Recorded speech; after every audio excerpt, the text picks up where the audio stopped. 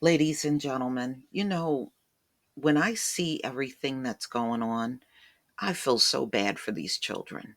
I really do. Many of them don't have no say on what's going on. And a few months back, I saw an article where a lot of these students say they don't want to be in these schools at all. And they're afraid, but you know how it is. The parents are tired of them and want them out of their homes, and they don't care what they're going through.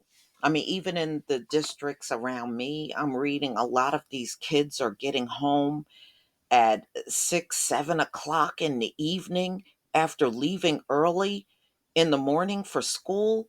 That's like nearly 12 hours for it to take them to even leave school. I mean, just the start of school and getting home. That is outrageous. You know, a lot of times people thought it was so good, and, kids are on buses and they're going to their, destination and then going home. But now, actually, the students that are walking are better off because they are getting home the same time every day, just walking on foot. And the students that are riding a bus are now the ones having the hardest time getting around, getting to and from school. I mean, I never thought I would see it be this way, but this is exactly what's happening. So, ladies and gentlemen, it's happening just as I told you before. I knew schools here were getting hit with Delta. So, this is a district in a location called Tom's River. It's more like one of those shore area towns.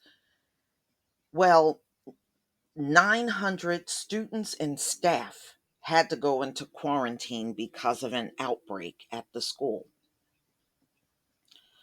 So, a New Jersey school district has quarantined approximately 900 staff members and students due to exposure at the school.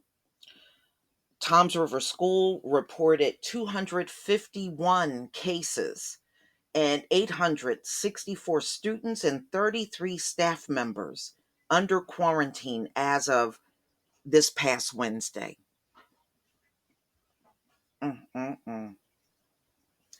And it's going to be like this off and on all year round at these schools as they are determined to keep them open. The district began the school year with, the usual mandates in place, like you see all around the country.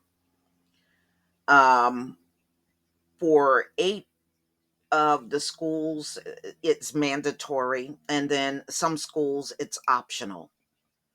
The mandates are. So this is what came out, y'all. And I showed you other stories in different states in the past. And I'm telling you, this is not going to go away. In fact, when I got up this morning, there was an article that came out that said they are expecting an exceptionally bad flu season this year. And you're looking at that on top of a pandemic. Oh man, this is not good. But like I said, my heart goes out to these students because of what they're being exposed to. And on top of being exposed, it's taken them forever to get home when they are bused. But I do see some school districts coming up with different plans. In the city of Philadelphia, they got a plan, and I just saw this locally, where they're paying parents to get their students, get the students back and forth to school. So they're actually giving parents, it's a small sum of money, but they're giving them money to get their children back and forth to school without depending on the buses.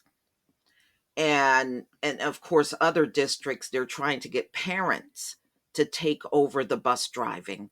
And already in Massachusetts they're using the National Guard, and It's bad all over the country, y'all. It is bad. There were districts that didn't even open school on time because of bus driver shortage. So they had to delay school a week or two just to get as many buses and drivers together.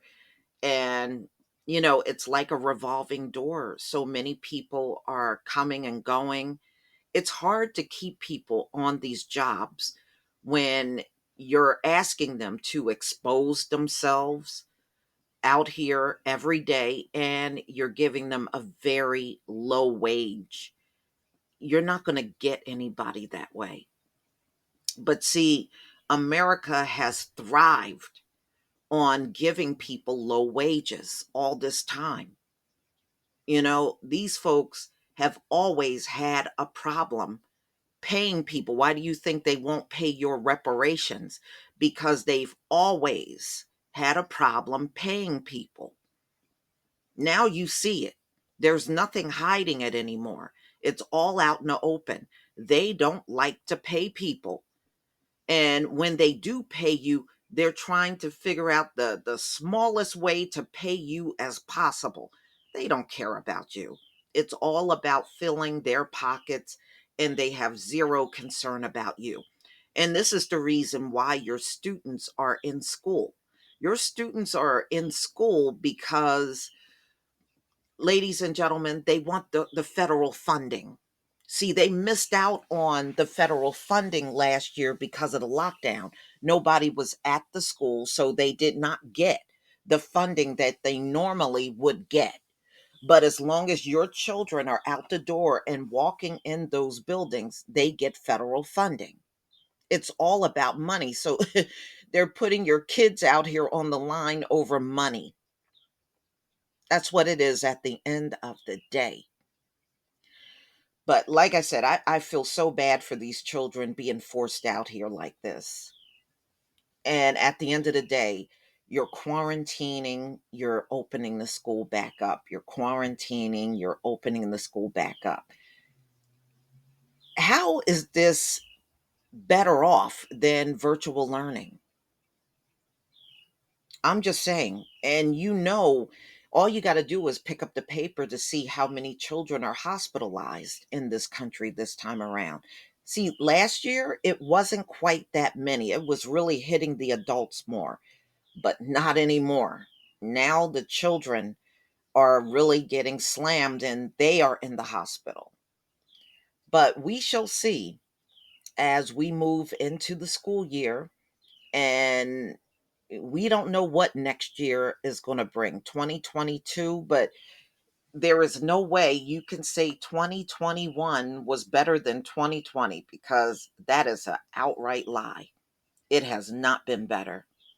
And 2022, see, now once you turned the corner on the 400 years, 2019, that is a year you better cherish forever, because you're not going to see another year like it again. Please leave your comment and subscribe. Don't forget to hit on the notification bell, and I'll see you on the next video. Peace, family.